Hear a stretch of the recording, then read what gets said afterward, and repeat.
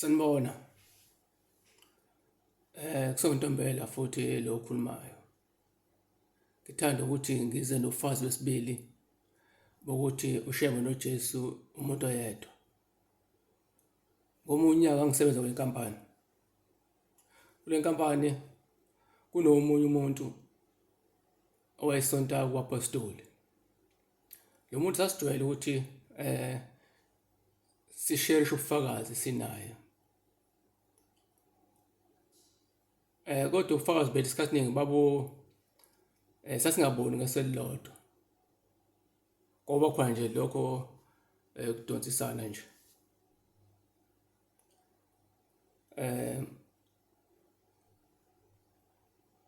Ngoba yena wayeke ethi yena ngoba into enganginotice kuyena lo muntu ukuthi yena umuntu yena owayephendukile, owayekholwe ngempela. Wayebonakala nafuna ngimbona ukuthi umuntu ophendukile.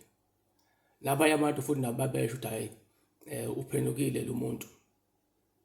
Kodwa inkinga yakhe yena kwawukuthi wayengambulelwe ngoShembe. Wayelikhipha ligcwala umlomo nje elokuthi uShembe idimoni.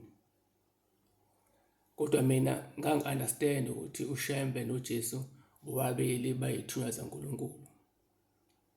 Sasilokhu sishumayezana-ke naye-ke kukhona lokho kudonsisana nje. Kwathi ngelinye ilanga kwafika kumina uShembe noJesu behamba bobabili. Babegqoka inazathi emhlophe eshaya la emadolweni. Babelingana ncimishi emzimbeni.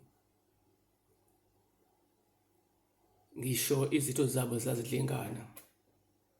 Ngisho izigodi zamadolo abo zazilingana ncimishi.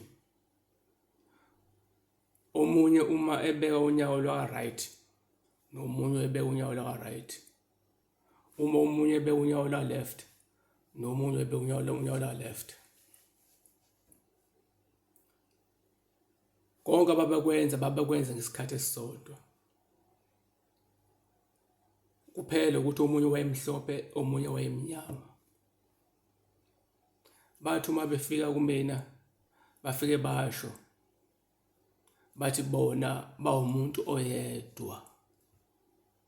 Abayithandi lento eyenzakalayo ukuthi silokho sidonsisana ngabo siphikisana ngabo. Bathi bawumuntu oyedwa. Ngisho sebewa phansi ngamadolo bawamkanye kanye. Akekho washiya omunye. Ngiyabonga ngalobufakazi. Inkosi inibusise.